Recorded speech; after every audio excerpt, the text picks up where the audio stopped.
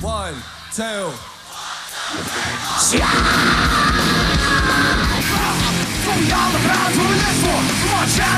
I'd do anything.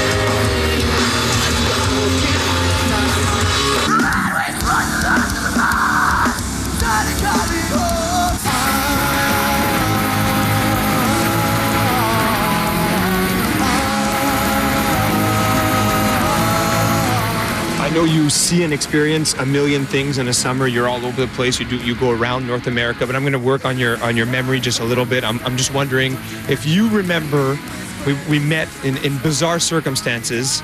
The last time we met, it was bizarre circumstances. It was on Warped Tour. It was in Montreal. I'll give you those hints. Do you remember? Yeah, I think it was when Fletcher threw me in the water. Yeah, it's a famous piece up here. Me getting thrown in the river. Yeah, and then me getting thrown right after. So you know. That's how we met. Yeah, and I still get reminded of that quite often. Oh, this. Yeah, man. You fucker.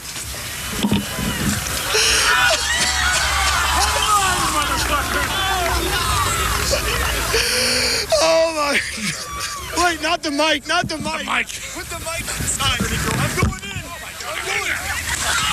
Was Fletcher throwing you into in the water payback for something you had done, or did you have to pay him back after this? Was that a free one? I think we paid him back a couple days later on that tour, that show, when we put, there was they put hot pepper sauce on his Zima bottles.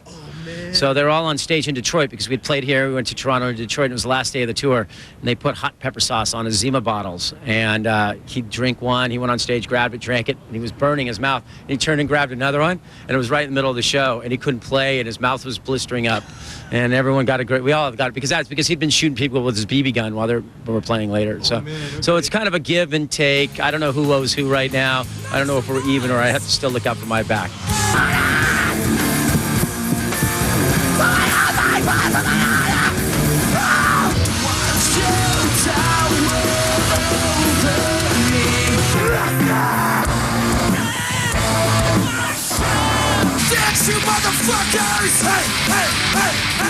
This was the 10th anniversary and the best year attendance-wise. Everything's going super well. Let's go back to the beginning. Talk to me about the idea you had and the motivation you had and the inspiration you had of putting this all together and starting this adventure. Well, I worked with a punk promoter in LA called Golden Voice, and we brought all the bands into town.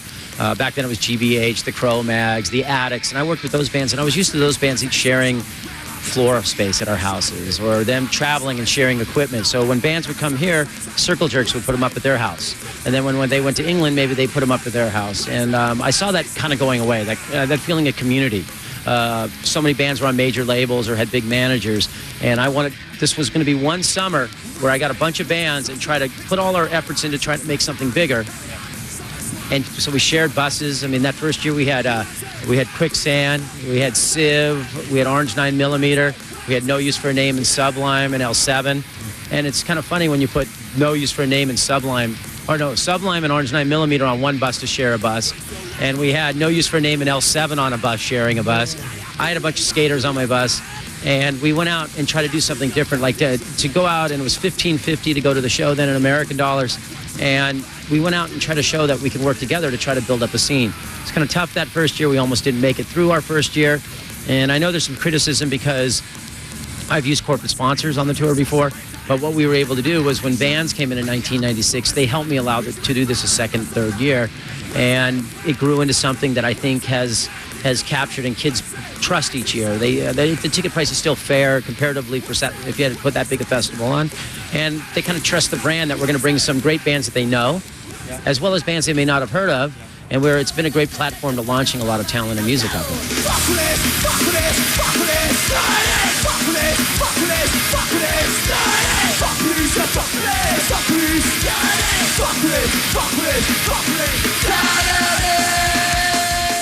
By not messing with what we do, I think we get a good mix of maybe the younger, maybe more popular pop bands, pop in this genre of music that are maybe getting more mainstream radio play, but still focusing on bands like Anti-Flag and the Casualties and giving them a platform. Kids may come because they've heard a Yellow Card song on the radio, but they get turned on to some other music while they're at the show. It would probably make our days a lot easier if I didn't have those little stages.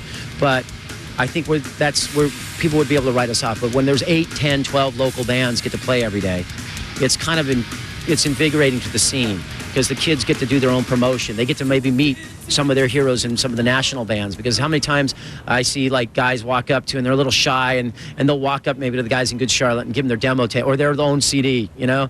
And I think maybe that spawned, I mean, there's a little band Getaway yesterday I saw in Toronto, and they're saying they're on Newfound Glory's record label now. So maybe they met Newfound Glory at one of these shows. Who knows? And Newfound Glory was on my little stage. Newfound Glory comes up to me and says, I played on the local Battle of the Band stage.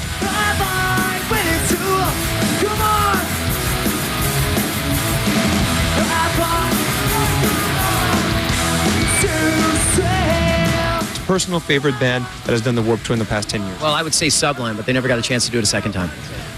Band that gets to come back into it, Rancid. Rancid to me, whenever they're playing live, they're so good. I try to, even if I'm really busy or like tied up, I try to run over and just check out a little bit, because I love Rancid as a live band. And I was excited this year when the Transplants decided that they're going to come with a full record and a full band, and we're going to be able to work with them, because I think on the last record they never really got to play for that Warped audience. They opened for a few shows for the Foo Fighters, but they never got to come and play for the crowd that I think is going to really appreciate them so much. So this is going to be a lot of real exciting.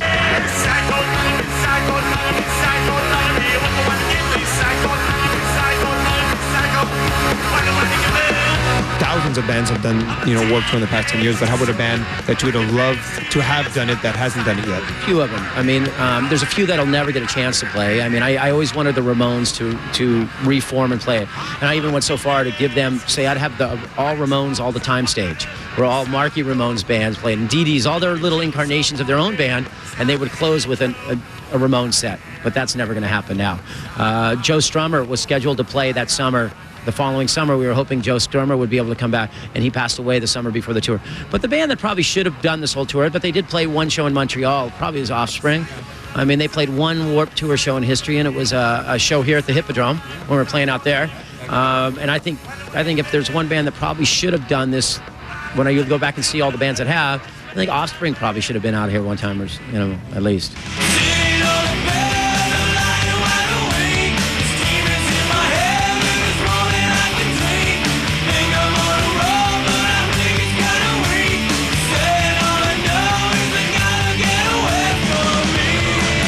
NoFX had to cancel their visits to Canada on Warped Tour the past 2 times, but you have good news. Yeah, well, I was talking to Mike right before they had the baby, which they had a beautiful baby girl, from everything I hear, is Mike's in 2006, won't be next summer, has said that NoFX and the Gimme Gimmes are doing the whole tour.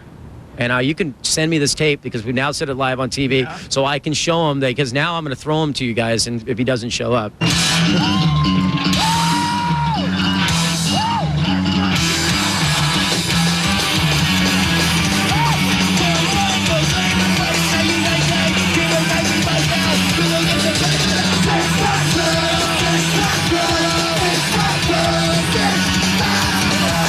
In the early years, Quebec City was a stop on the tour. It was gone for a little while, and this year it was back. So 2 questions.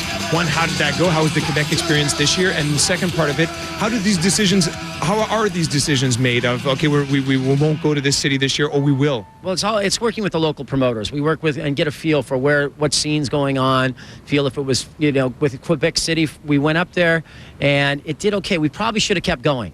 Yeah, we should have kept going, looking back in hindsight.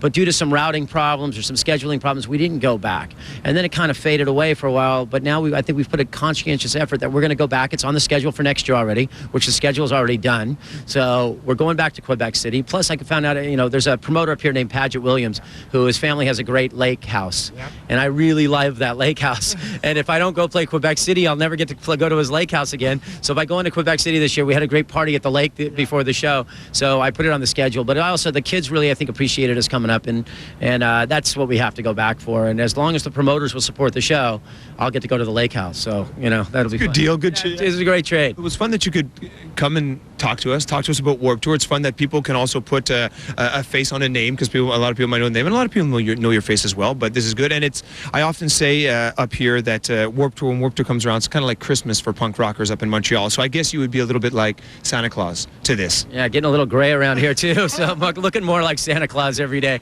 No, but we love coming up here, and I think it's been we've been coming up here every year, and we'll keep coming up here, and maybe hopefully do more cities in the future. Awesome. Well, thank you for the time once again. again and have a great time in Montreal. You have some time. You have some free time now. Have some fun. Thank you very much, Kevin. Thank you. I think it's gonna be a long, long time. It just sounds crazy when I get too fine. I'm not the man that think I am at home. Oh no, no, no. I'm a rocket man. Rocket man. Burning up my fuse of hell alone. Yeah! I bring out the worst in you, and you try to let me know. You bring out the worst in me. Anxiety, anxiety. I'm trying to let you go. You say I'm giving you the creeps, but I assume the wall. Open my claws, it crash for your heart. How are you? How have you been? Girl, I miss you. Wanna see you again. Into you, like a motor steak, so vindictive. Your love slipping away. Violate. Go ahead and try. Just like your boy. People left society. Running from the line. Now we go. Never gonna know. Never gonna make. Have to go home. You want to try. You know, fight to die. Fight to die. While alone in your own society. Outside of the lights of the light, it's a ring. Set an evil fire, false democracy. Subjugated souls, dying to be free.